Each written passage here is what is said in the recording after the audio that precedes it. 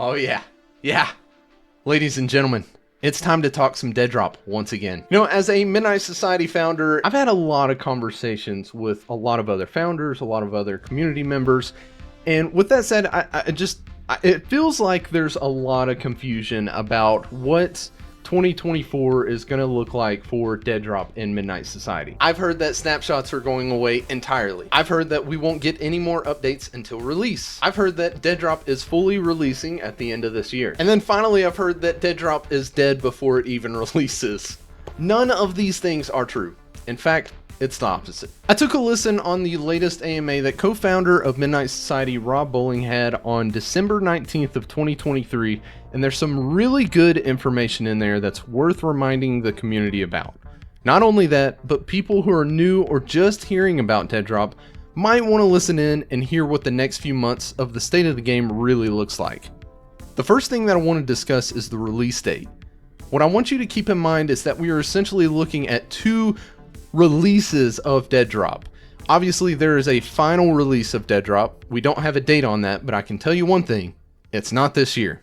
We do not have a full release date for the game right now. Rob has repeatedly said that the release of DEADROP is not on them. It's determined by the community. And like I've always said, I think the true finish line is determined by the community, not us. And that is literally all we know about the final release of DEADROP. It might be 2025, it might be 2026, 2027. We don't know right now. That's where the other release comes in, and what I've been calling this is basically a soft release. Sometime later this year, we'll get our hands on some kind of build of the game that's going to be fully arted, and most importantly, it's going to be on all platforms. We do want to release something in the later half of 2024. But that something would not be anywhere close to what I would consider a full release, right? But what we do want it to have is we want it to have polished, fully arted, ready for public consumption, foundation of the entire game, right? And we want that out on every platform that the game will eventually be on. That means, the next gen consoles with Xbox Series X, hopefully optimized to the point of Xbox Series S, PS5, and then PC. And then he goes on to explain what this soft release might look like, and this is really, really interesting. Not saying this is locked into what we're doing, but an example of that would be like, hey, what if we wanted to introduce just the first 3 sectors, right? So you have a little bit of all the dynamics that we want, and we release it, and it's fully arted, and it looks good, and it plays good, and it's complete, and it's as bug free as we could get it by that point. But the understanding is the game is going to continue to expand and introduce new elements, and everything in the game isn't there yet.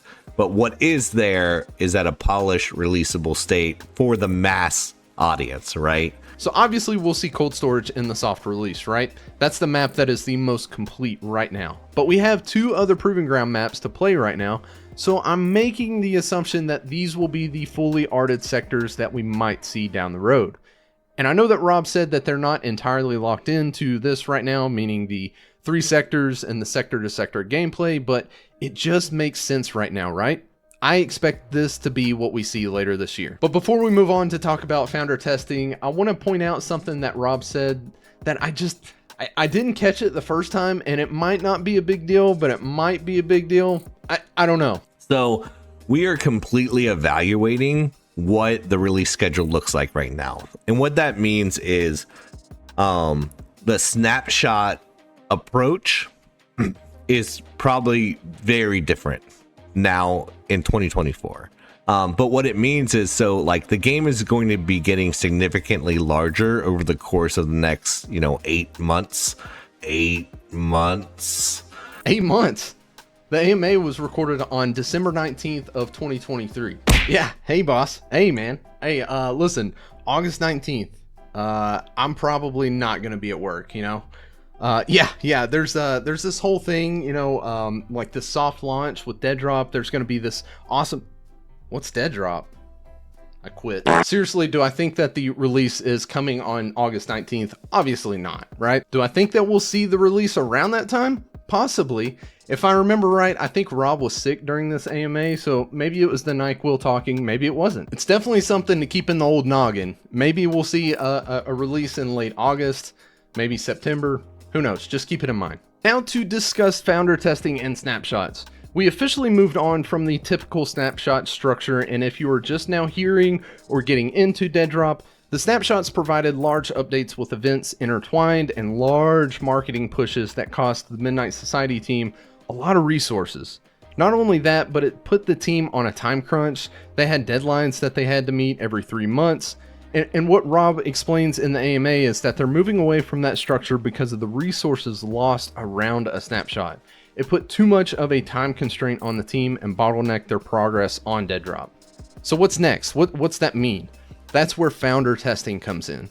Us founders are going to have access to very focused builds of the game and will be able to test certain features like armor plating. Well, no, here's a good example. Rat Boy just posted in our show and tell this armor plating system, right?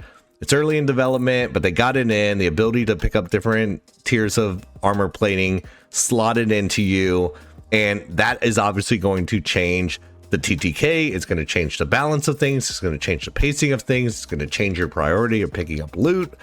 There's ripple effects that happen throughout the game by adding a system like that, right? Say we wanted to test just that system in some confined way that isn't introducing it into the full experience.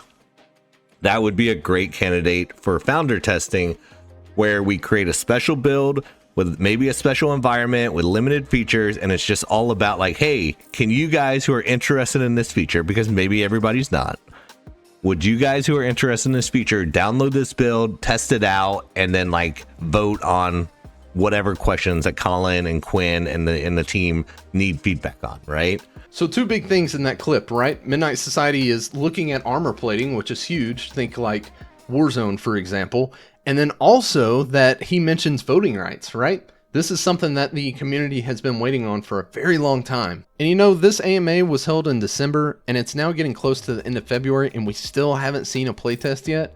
While I have hoped to see one already, I have a feeling we'll be seeing one in the near future soon.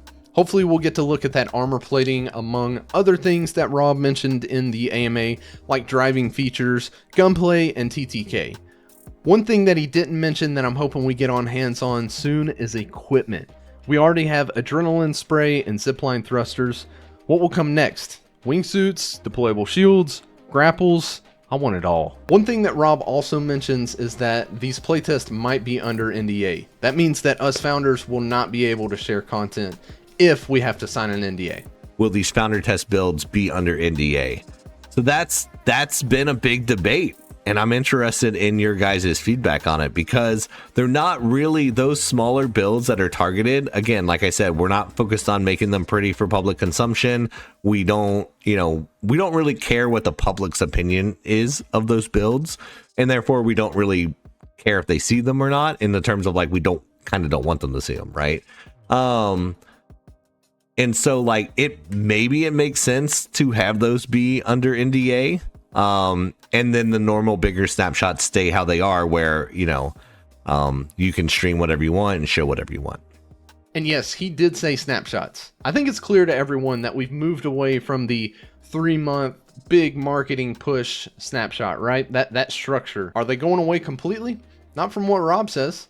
Let's hear what he had to say about Snapshot 8. Snapshot 8? I don't know, man. I think we're going to do several of these founder testing builds before that help us sort of determine like when is it necessary to do like an actual snapshot release, right? If we're doing these smaller focused releases that are targeted, that might be giving us everything we need, and then we don't need to do a big snapshot release until it gets to a point where a lot of those things that we were testing in those founder builds are like really refined, and then we want to see how they play with the greater system.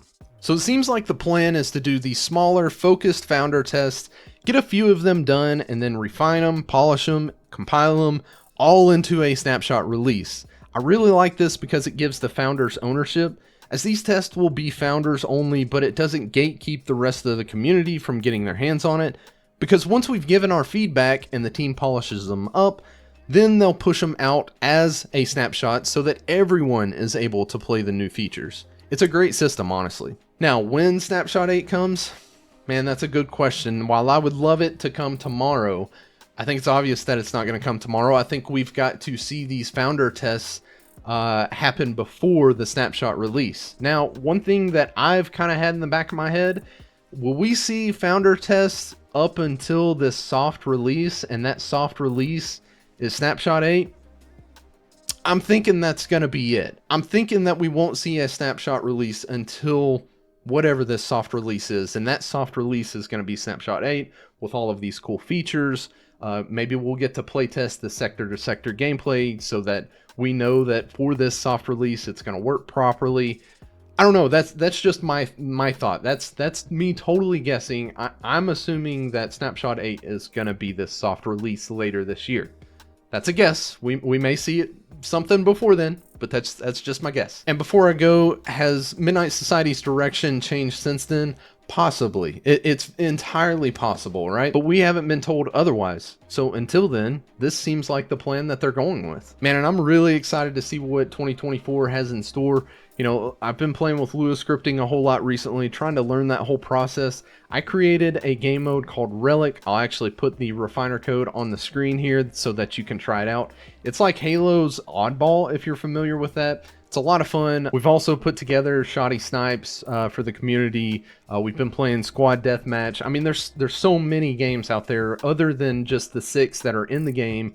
There's a lot of other ones. If you want to play those, check out the Discord. We also do a Tuesday weekly night playthrough of the DCMs, which are a blast. I almost have more fun on Tuesday nights. You know what? I'm going to say it. I have more fun on Tuesday nights playing the DCMs than on Friday nights and Saturday nights when we play VES. It's a lot of fun. We have a lot of laughs. So check that out if you're interested in more of those custom game modes. Other than that, I'm going to leave it right there. I appreciate you watching. I appreciate any kind of subs, likes that come through. And hey, we'll see you on the next one.